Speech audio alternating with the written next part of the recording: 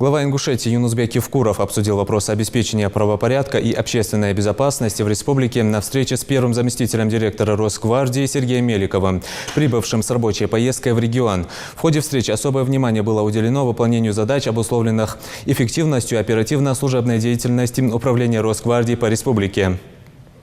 Сергей Меликов поблагодарил руководство республики за высокую организацию совместной работы с Федеральной службой войск Национальной гвардии России. Юнусбек Евкуров отметил тесное взаимодействие Управления Росгвардии с органами власти субъекта и федеральными силовыми структурами, работающими в регионе. При этом глава Ингушетии подчеркнул, что высоко ценит усилия Росгвардии и других правоохранительных органов России, направленные на сохранение мира и стабильности в СКФО.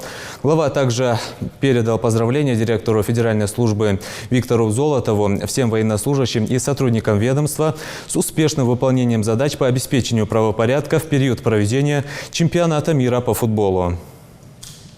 Огромную нагрузку на себя взяли, несли по обеспечению безопасности, конечно, подразделения Росгвардии.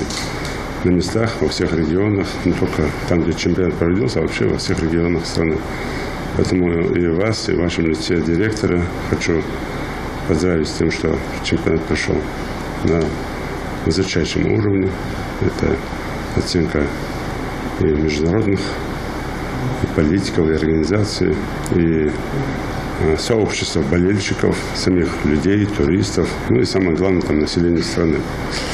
И сказать спасибо за то, что вы обеспечили вот такой хороший порядок. Это все-таки флаг, честь, имя страны, чтобы безопасно было и все было комфортно. Самое главное, я слышал болельщиков, которые к нам приезжали тоже сюда, и с Америки, и хорваты, и другие болельщики у нас тоже здесь были, как туристы заезжали к нам. Они рассказывали тоже, вспомнили про работу полицейских. Я так думаю, что они соприкасались и с Росгвардией, и с полицией. Они вспомнили, говорят, какие у вас вежливые полицейские на местах. Ну, вот это тоже такая оценка, конечно, деятельность наша. Ну, а так в целом по деятельности, по работе на территории Росгвардии у нас и нареканий, или замечаний, или там не взаимодействия нет, все в плановом режиме.